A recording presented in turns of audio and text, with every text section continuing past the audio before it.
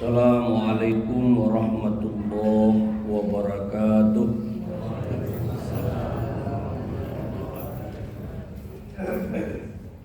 Alhamdulillahi rabbil alamin wal aqibatu lil muttaqin. Wassalatu wassalamu ala asyrafil anbiya'i wal mursalin wa ala alihi wa ashabihi ajma'in.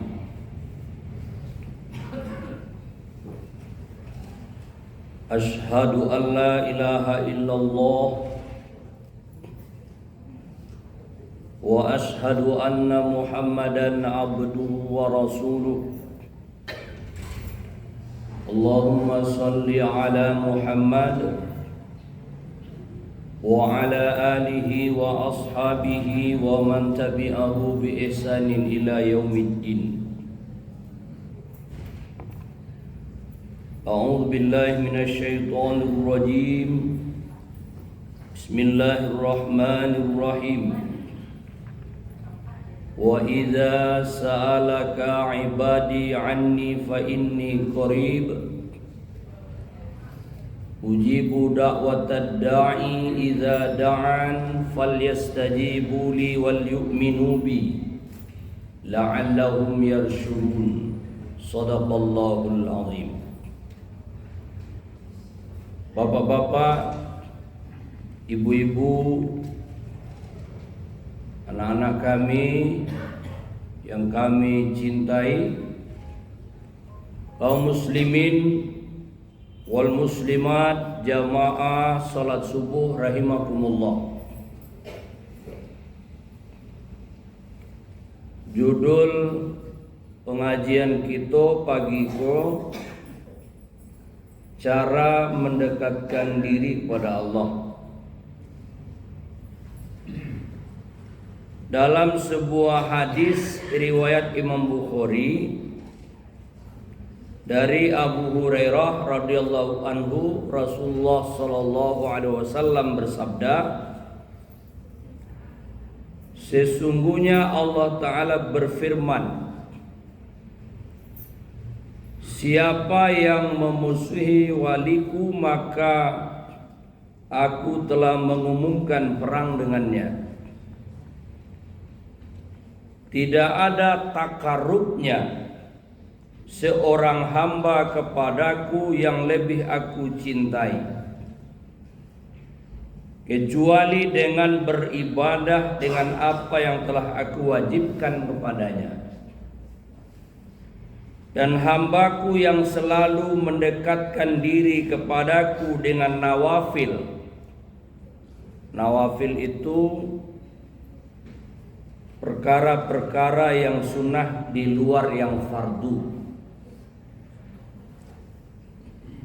Maka aku akan mencintainya, dan jika aku telah mencintainya, maka aku adalah pendengarannya yang dia gunakan untuk mendengar,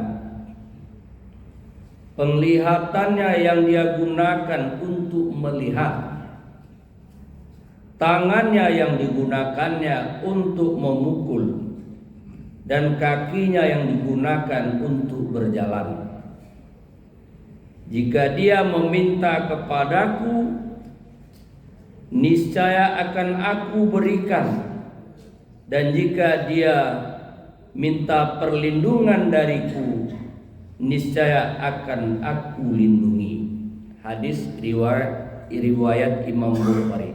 Ibu bapak jamaah yang saya hormati, dari hadis tadi dapat diambil pelajaran bahwa ibadah fardu ditambah dengan ibadah sunat atau ibadah nawafil. Jadi ibadah fardu, ibadah sunat, kalau itulah dikarajukan, maka kita Bapak dan Ibu jamaah yang saya hormati akan dipelihara Digambarkan dalam hadis qudsi tadi, kalau nyo mancaliatnya itu dipelihara oleh Allah. Indah amunyo mancaliat sesuatu yang dilarang. Kalau dia menjangkau menggunakan tangan, dia menggunakan tangan sesuai dengan perintah Allah, ndak amunyo mambil, ndak amunyo menjangkau sesuatu yang dilarang oleh Allah. Kalau nyo melangkah, maka langkah kakinya itu dilindungi oleh Allah. Indah amunyo melangkah kepada tampe-tampe yang tidak diridhoi oleh Allah Subhanahu wa ta'ala. Ibu bapak jamaah yang saya hormati, di dalam buku Lentera Al-Quran ada 3 cara mendekat diri kepada Allah Subhanahu wa ta'ala. Jadi ada 3 cara untuk mendekatkan diri pada Allah, yaitu yang dalam bahasa Arab disebut dengan taqarrub. Kalau kita taqarrub, dekat kepada Allah, maka tadi balasannya tangan nan di jambauan, kaki nan di langkahan, mata nan di jalian, semua itu mendapatkan perlindungan dari Allah Subhanahu wa ta'ala. Ibu bapak jamaah yang saya hormati, nan pertama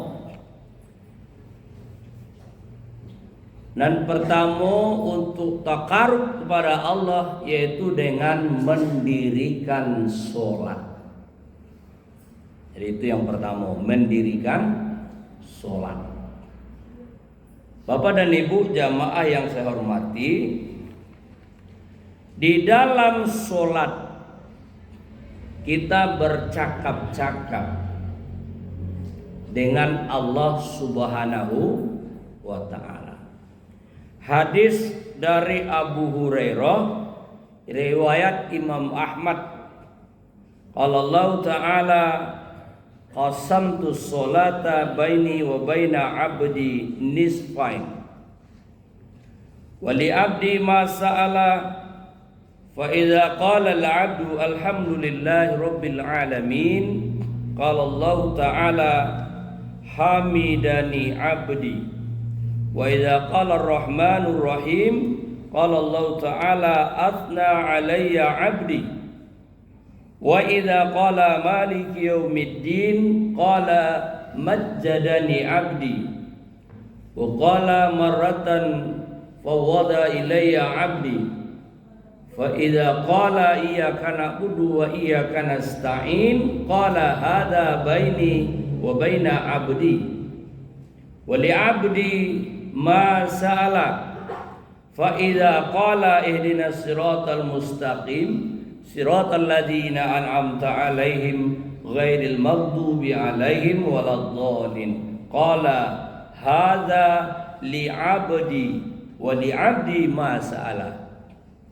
Ibu bapak jamaah yang hormati, Allah berfirman. Jadi kalau dalam hadis ada kata-kata Allah berfirman, berarti itu hadisnya hadis qudsi. Ibu bapak jamaah yang hormati, Allah berfirman, saya membagi sholat antara diriku dan hambaku menjadi 2. Untuk hambaku apa yang dia minta. Apabila hambaku membaca Alhamdulillahi Rabbil Alamin, di waktu awak membaca Alhamdulillahi Rabbil Alamin, itu Allah menjawab. Apa jawaban Allah? Hamidani abdi, hambaku memujiku. Jadi ibu bapak itu yang disebut dengan bercakap-cakap. Ketika awak membaca Alhamdulillahirabbil alamin, Allah Ta'ala berfirman, hamidani abdi, hambaku telah memujiku. Apabila hambaku membaca Ar-Rahmanir Rahim, Allah berfirman, Athna alayya abdi, hambaku mengulangi pujian untukku.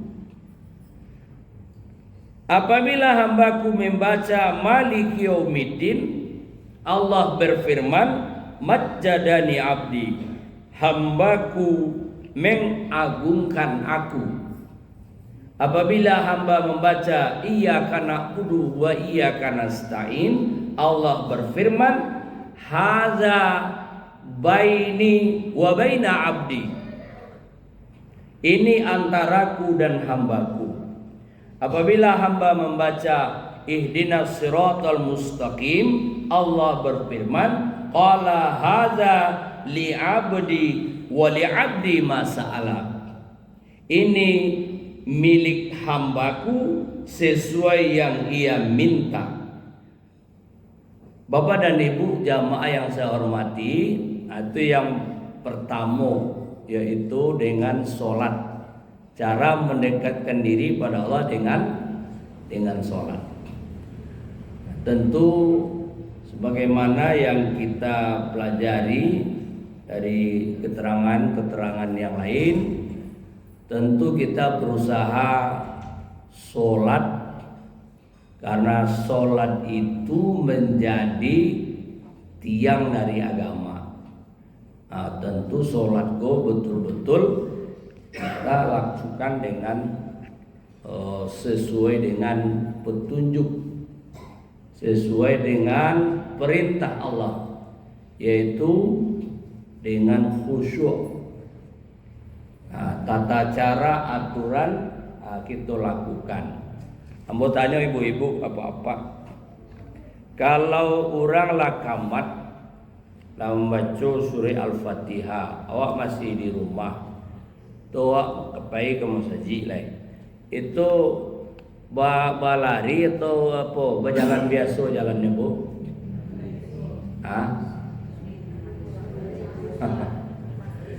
Kan ada orang lakamat, ala tadanga membaca surah Al-Fatihah, awak masih di rumah. Terus awak ingin dapat rakaat pertama, lalu kita bakaja-kaja atau balari. Ada yang mulai itu. Pertanyaannya, boleh enggak seperti itu? Jadi Rasulullah pernah melarang. Ada jamaah atau ada orang ingin mengajar rakaat pertama hanya balari atau bajalan agak tagage-gage. Ya, sampai di siko ndak bisa langsung takbir, angok sasa. Itulah maupun angok dulu. Sedangkan kita sebelum sholat itu kan perlu konsentrasi, ketenangan. Itu kan harus jantungnya sampai sasak loh gitu. Kalau itu yang terjadi, bagaimana mungkin sholatnya akan tenang? Maka aturan-aturan itu harus diikuti. Kok misalnya talambe tetap berjalan seperti biasa, maka nanti berlaku namanya hukum masbuk. Kok talambe satu rakaat, maka ditambah satu rakaat. Jadi aturannya begitu.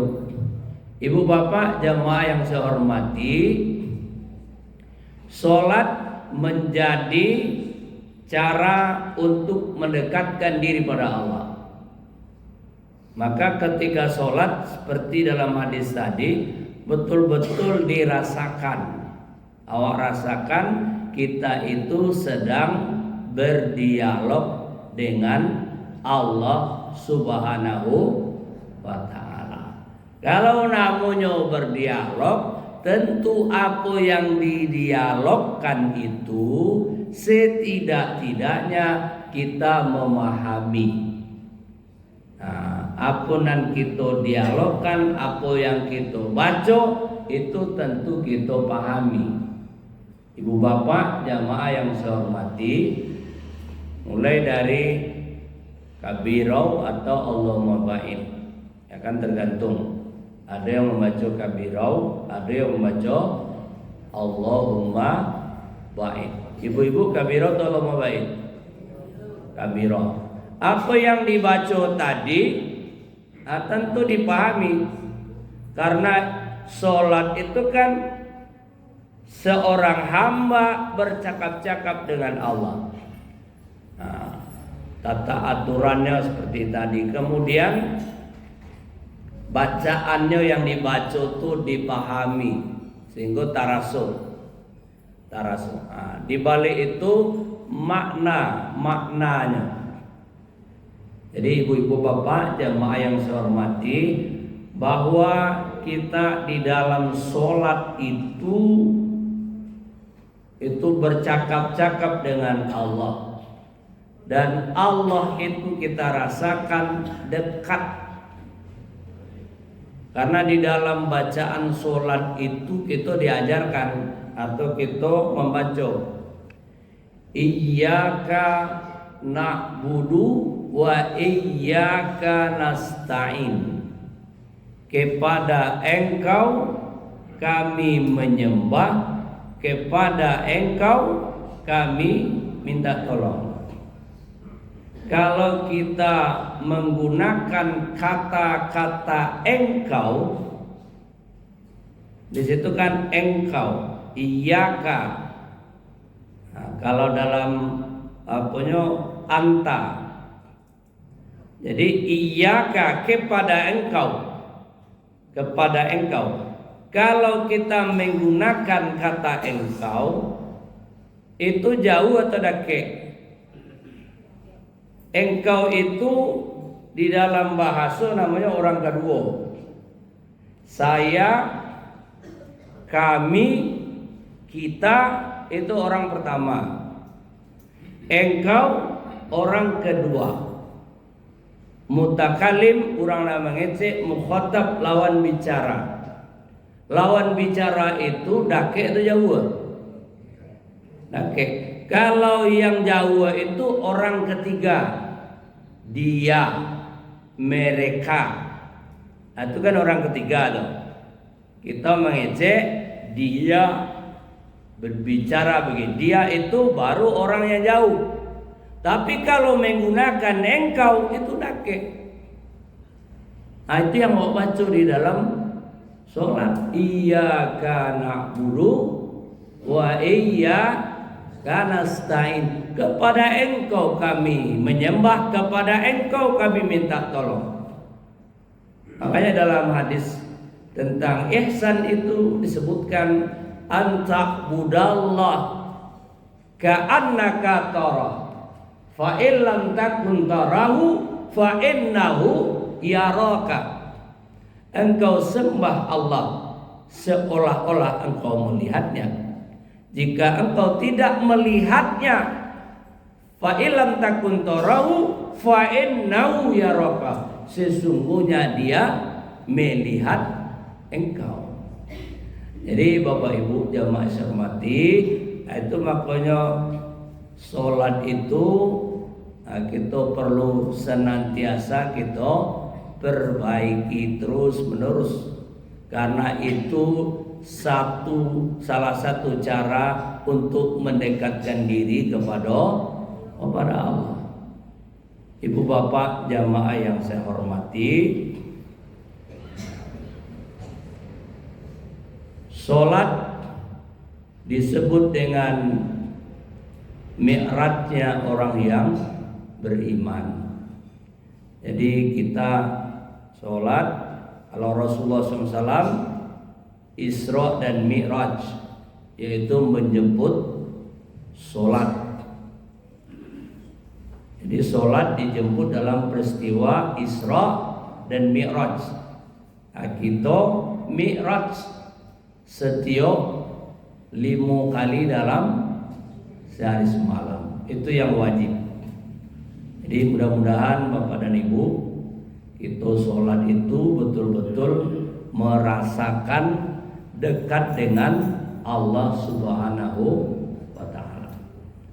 Nah, kalau ladake sudah dekat, taqarrub namanya, nah, itu seperti yang disampaikan dalam hadis di awal tadi, itulah dapat bimbingan. Tangan kita menjangkau itu dibimbing oleh Allah, kaki melangkah dibimbing oleh Allah, mata mencalik dibimbing oleh Allah. Ibu bapak jamaah yang saya hormati, kemudian yang kedua, cara mendekatkan diri dengan Allah seperti yang tertulis dalam buku Lentera Al-Quran. Itu yang kedua itu adalah berdoa dan berzikir. Jadi kita berdoa itu Bapak dan Ibu dalam rangka mendekatkan diri kepada Allah. Semakin banyak kita berdoa, Allah semakin senang. Karena doa itu adalah ibadah. Ud'uni astajib lakum. Ad-du'a'u mukhul ibadah. Doa itu otaknya ibadah. Pengertian solat secara lughat, secara bahasa, solat itu artinya juga doa. Ibu bapak, doa itu kalau bahasa awak akan meminta.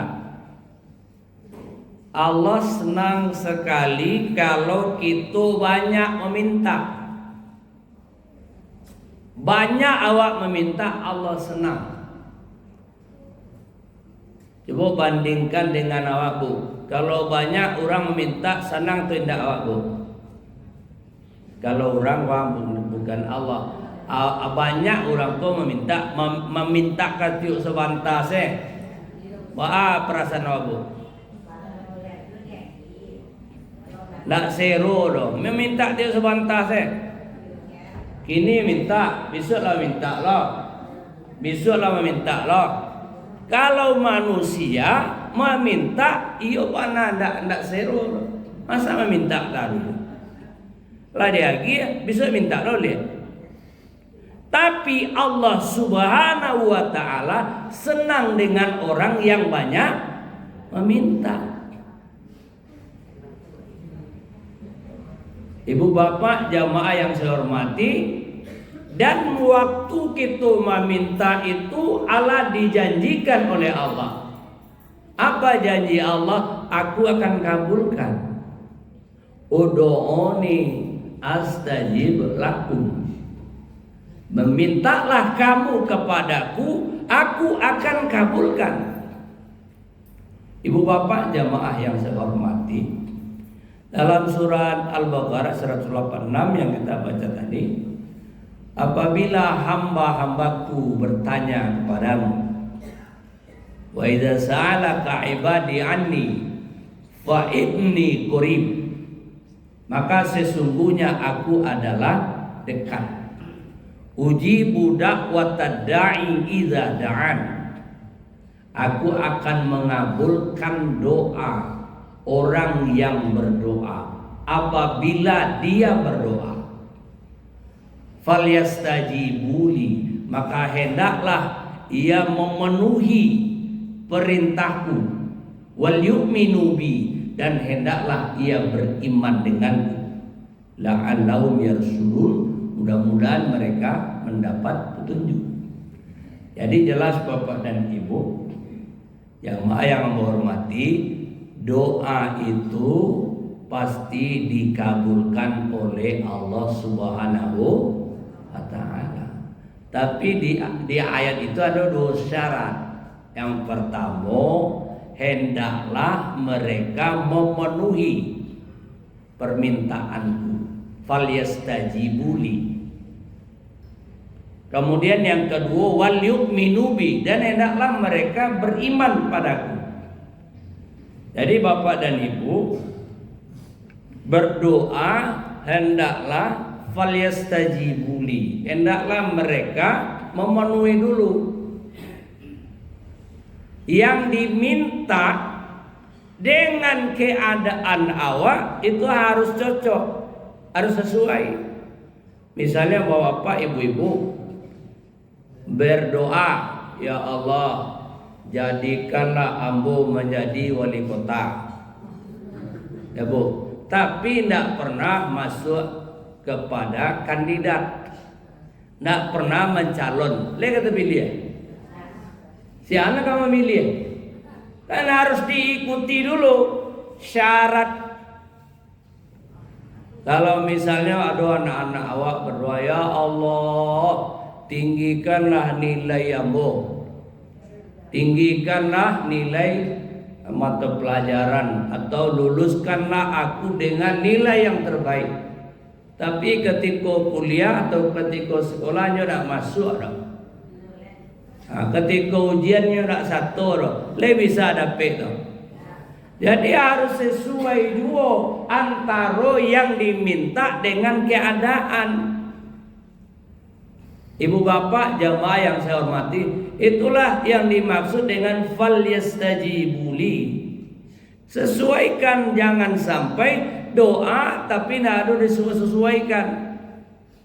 Ibu dan bapak jamaah yang saya hormati, dan janji Allah setiap doa itu pasti dikabulkan. Tapi kriteria dan syaratnya tentu harus dicocokkan. Jangan sampai kriterianya, syaratnya tidak dipenuhi. Misalnya yang tadi, ya Allah sehatkanlah ambo ya Allah. Ibu bapak berdoa minta sehat, tapi perilaku membuat sakit, lebih bisa sehat? Bu, lebih bisa sehat? Kalau perilaku awak membuat sakit. Misalnya untuk sehat itu secara fisik jelas, makanan dijago, istirahat dijago, kan gitu. Secara psikis atau mental, orang sehat itu adalah orang yang lapang hatinya, yang suka memaafkan. Ibu-ibu le suka memaafkan? Apa-apa le suka memaafkan pak? Ada nak sampai kini nak dimaafkan?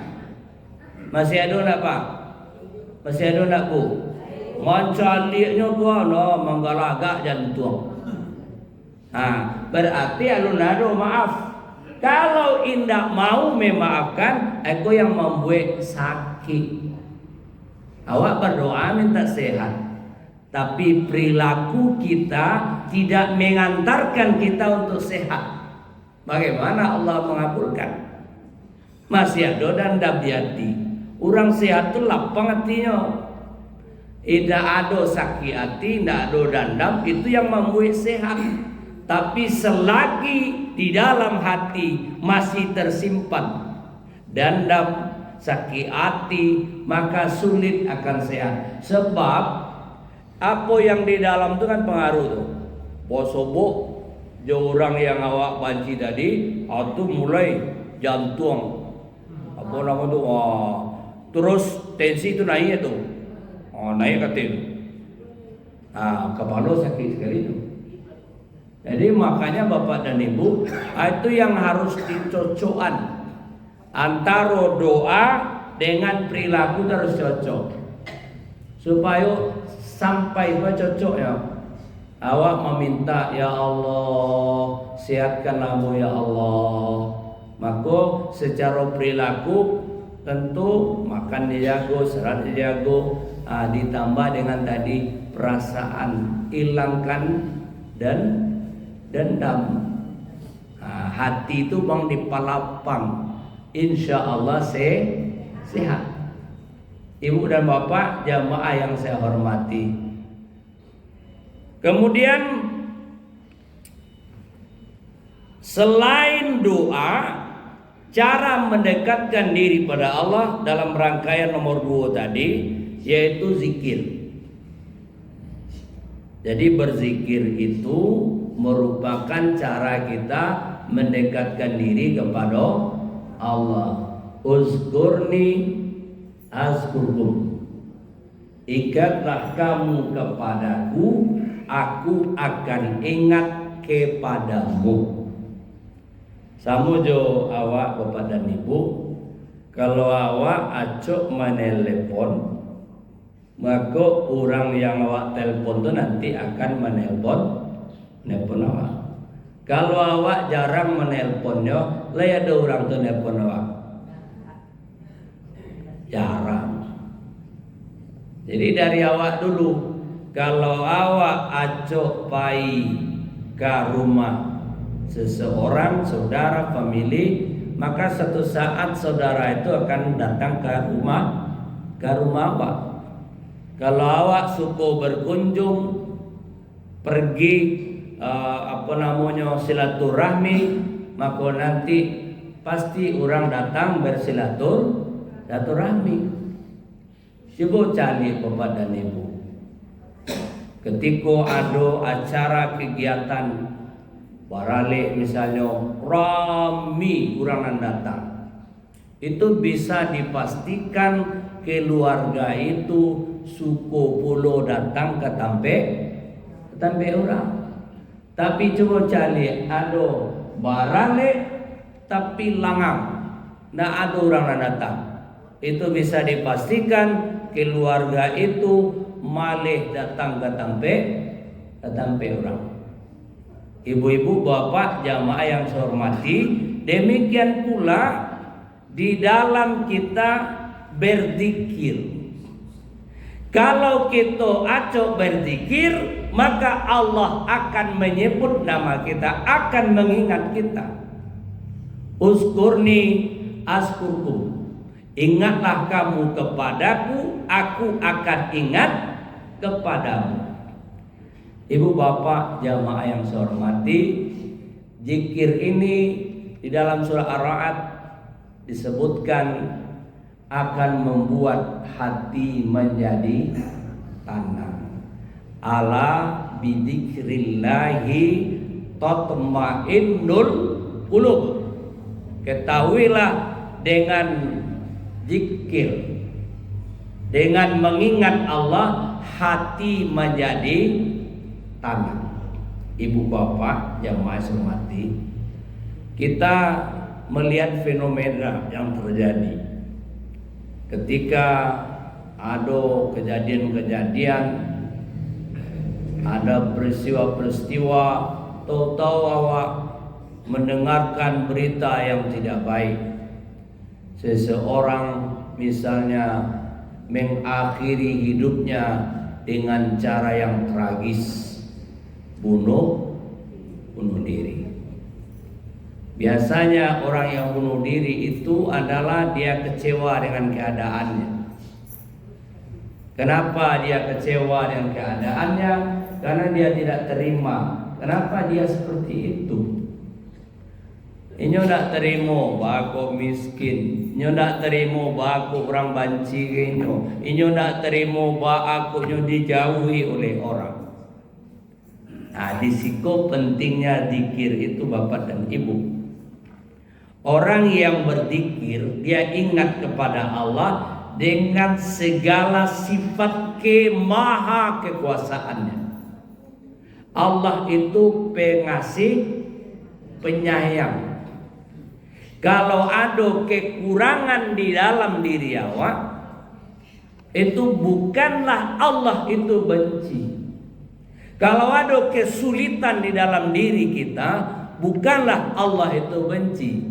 Dari perspektif orang yang beriman, Allah menguji. Kalau Allah menguji, maka orang yang beriman harus bisa lulus dalam ujian itu. Jadi kalau perspektif orang yang beriman, pandangan orang yang beriman, setiap apapun kejadian pada dirinya, dia pasti mencari solusi dengan cara mendekatkan diri kepada Allah, tidak menjauh. Jadi misalnya kesulitan ekonomi, ya kecewa seperti yang awak baca, ada anak-anak remaja kecewa. Nah, kalau mahasiswa itu baik melompat. Kalau anak-anak yang viral ke Patang, hanya bunuh diri. Nah, kalau ibu-ibu yang kecewa keadaan ekonomi, ada yang gantung diri. Malah tidak hanya dia, anak-anaknya pun nyajak bunuh diri sekalian. Kenapa itu terjadi? Nah, ibu bapak, di situ nampak bahwa zikir, ingat kepada Allah dengan segala sifat kasih sayangnya, itu yang membuat orang dekat pada Allah, dan insya Allah dia akan terpelihara. Ibu bapak jamaah yang saya hormati, misalnya dia dalam kondisi kesulitan, lalu dia ingat kepada firman Allah. Allah tidak memberikan beban kepada seseorang melainkan sesuai dengan kesanggupannya. Jadi nyonya akan lari tuh, nyonya akan baliang-baliang. Dia akan alami. Sesungguhnya kami akan menguji kamu dengan sesuatu ketakutan, kelaparan, kurang harta, kurang jiwa, kurang buah-buahan. Ujungnya apa? Beri kabar gembiralah orang-orang yang sabar. Siapa orang yang sabar itu? Apabila ia mendapatkan ujian-ujian tadi, dia akan mengatakan, kami milik Allah dan kami akan kembali kepada Allah. Awak pun milik Allah, bukan milik kita. Kalau awak tidak ada yang punya, ya karena bukan kita pemiliknya. Yang kita miliki sekarang kan pinjaman. Jadi tidak kecewa. Itu yang membuat orang bapak dan ibu tenang menghadapi segala peristiwa, segala sesuatu kekurangan. Ketika Nabi Yakub menyuruh anak-anaknya, carilah Yusuf. Cari Yusuf sampai dapat. Kenang kecil anak-anaknya, kok ala kami cari ya, indah basuh. Allah berputus asa. Lalu kata Yakub kepada anak-anaknya, wala tayasu mirauhilah, innahu la yayasu mirauhilah ilal qaumul kafirun. Jangan kamu putus asa dari rahmat Allah. Sesungguhnya yang putus asa dari rahmat Allah itu adalah orang-orang yang kafir. Jadi ibu bapak, selagi kita orang yang beriman, tidak boleh berputih, tidak boleh putus asa. Orang yang beriman tidak boleh berputus asa. Makanya doa zikir, itu yang kedua. Ibu bapak jamaah yang saya hormati, kemudian yang ketiga yaitu selalu bersyukur. Ibu bapak, kita ini ditakdirkan oleh Allah hidup, kita syukuri. Sampai hari ini masih hidup, kita syukuri. Kita lakukan sesuatu terbaik. Syukur kita terus menerus, sebagaimana Rasulullah SAW. Beliau beribadah itu sampai bengkak kakinya. Lalu sahabat bertanya, ya Rasulullah, kenapa engkau lakukan ini? Bukankah Allah telah mengampunimu? Bukankah Allah telah menjaminmu? Kenapa engkau beribadah sampai bengkak kaki? Apa jawaban Rasulullah? afala akunu abdan syakura. Tidakkah boleh aku menjadi hamba yang bersyukur? Ibu bapak jamaah yang saya hormati, jadi cara mendekatkan diri yaitu dengan bersyukur. Bersyukur. Apa yang kita terima, kita syukuri. Jangan sampai yang nampak yang kurang. Kita bisa uji. Kalau misalnya anak dapat nilai 70, harusnya kan 100 nilai ya. Kalau gini kan 100. Dapat 70. Itu bahasa yang kedua itu berbeda. Biasanya yang kedua Bu. Kalau anak dapat konten 72. Bapak dapat 72, si anu 100. Ya Bu. Kalau itu bahasanya bersyukur atau enggak? Enggak. Kalau orang bersyukur, alhamdulillah dapat 70. Samu jo mencari gale. Nan gale kosong, setengah kosong, setengah berisi. Nan nampak dewa nan berisi itu nan kosong.